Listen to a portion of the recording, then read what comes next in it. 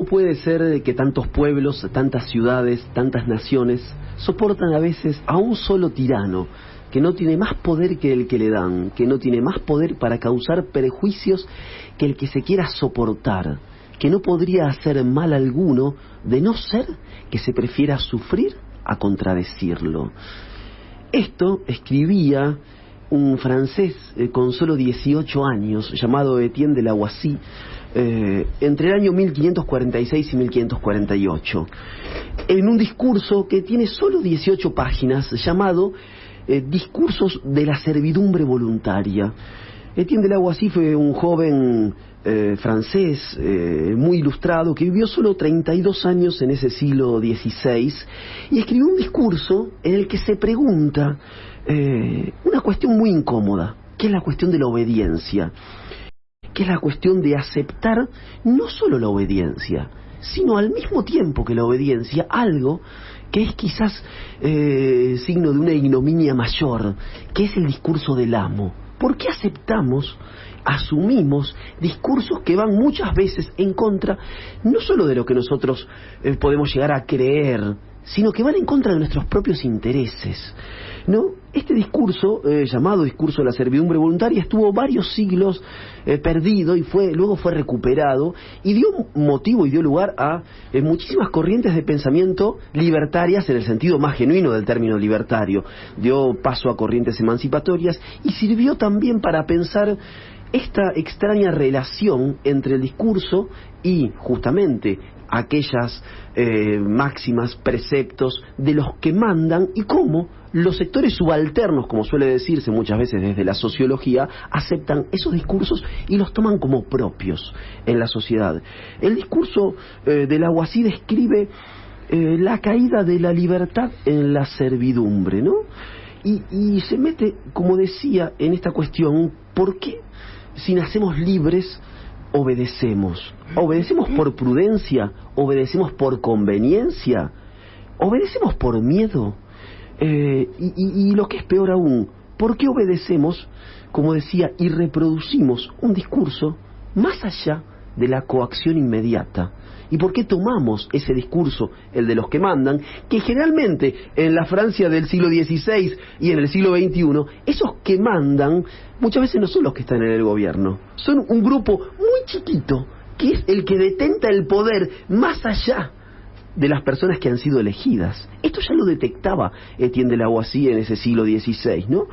Pensar además el concepto de servidumbre voluntaria, que ya está desde el título de este breve y muy esclarecedor discurso, pensar el concepto de servidumbre voluntaria es un absurdo, es algo así como pensar por qué decidimos libremente no ser libres, ¿no? Entonces, acá también toca una paradoja de la condición humana. Si tenemos todas las condiciones para ser libres, ¿por qué elegimos no ser libres?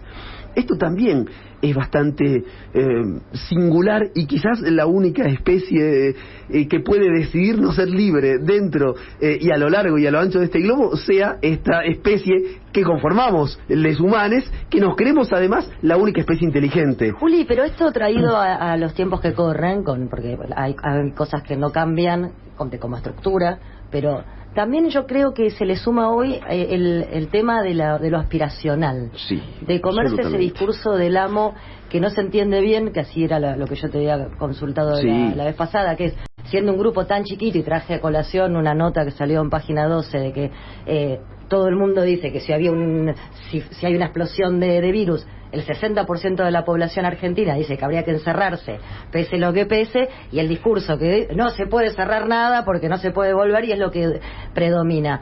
Eso en cuanto a políticas de Estado, pero en cuanto cuando votamos, hay una cosa aspiracional de creerse o autopercibirse algo que no somos.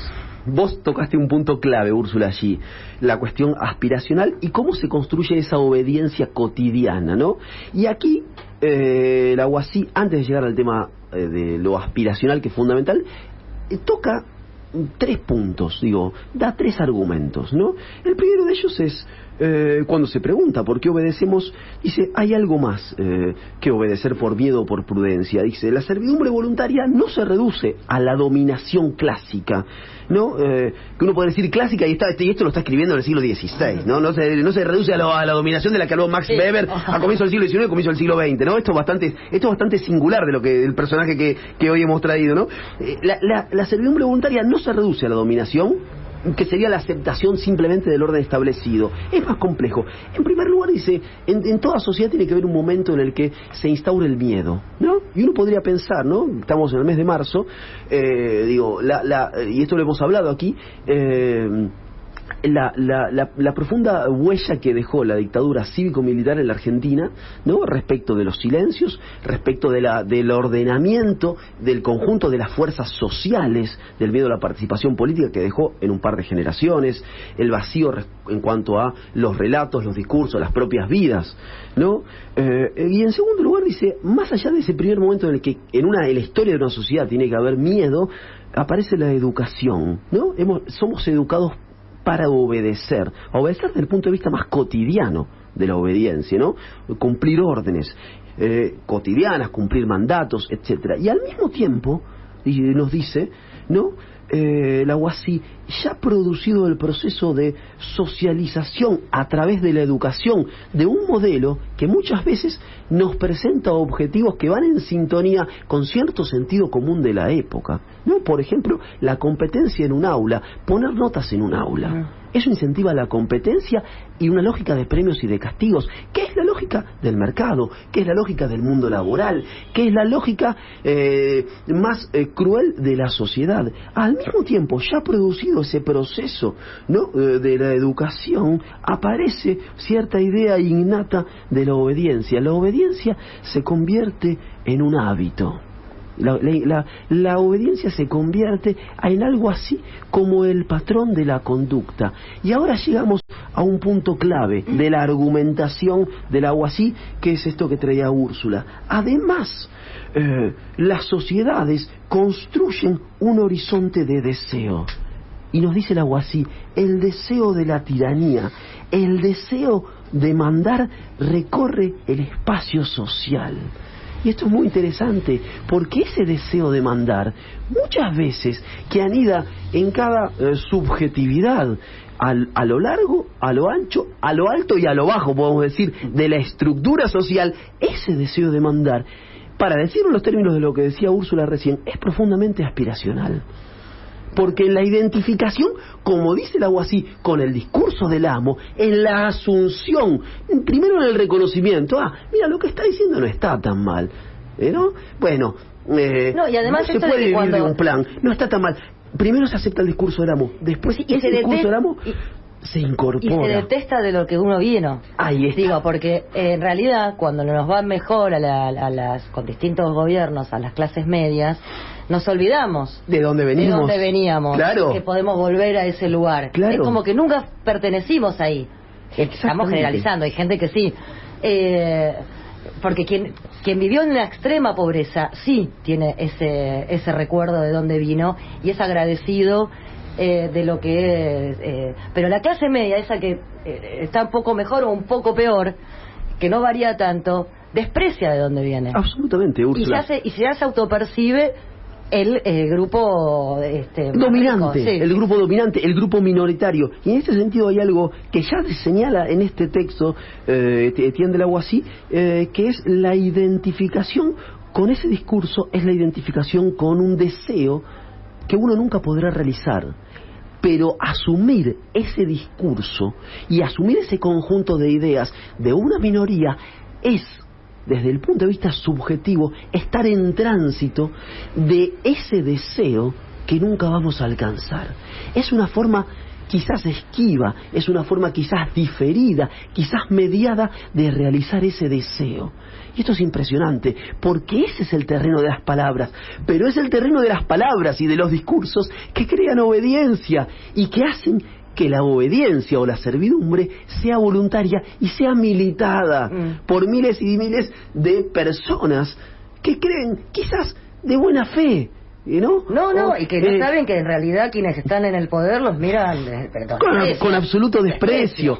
Por eso, el principio de las relaciones de poder no está ni en la fuerza del que manda, ni en el miedo del conjunto del pueblo que obedece. El principio de la relación de poder está en una fuerza que recorre casi la epidermis, podemos decir, para decirlo en otro lenguaje, del pueblo y de cada una de las subjetividades. En cada epidermis se realiza ese discurso, se asume ese discurso y se cree estar un poco más cerca de algo a lo que nunca llegaremos. Es profundamente, como se dice en el siglo XXI y en el siglo XX, se decía aspiracional. Digo, no aparece el término aspiracional, discurso de Etienne de Lavoisier, pero uno efectivamente puede decir, en este deseo diferido está la aspiración de algún día, por lo menos, empiezo a asumir el discurso del amo.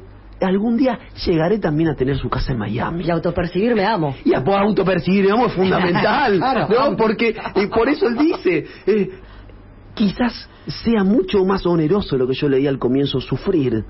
Asumir que no vamos a llegar a eso, pero sea más liberador y más emancipador. Por eso hay una identificación que es muy solidaria con el discurso de los que mandan. Esta identificación también lo que oblitera, lo que niega son los procesos lentos, contradictorios, con idas y vueltas, pero finalmente emancipatorios y dolorosos, ciertamente, esos procesos emancipatorios.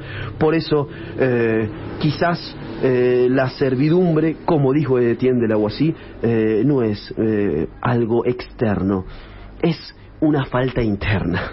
Por eso esa falta interna nos tiene, creo yo, que por lo menos hacernos reflexionar sobre todas nuestras pequeñas y cotidianas servidumbres voluntarias e identificaciones con esos discursos de los que mandan. Por eso esa falta hay que convertirla, esa carencia, digo, en un deseo de pensamiento, en un deseo de ser libres, en un deseo de estar emancipados y emancipadas, en un deseo definitivamente de ser uno.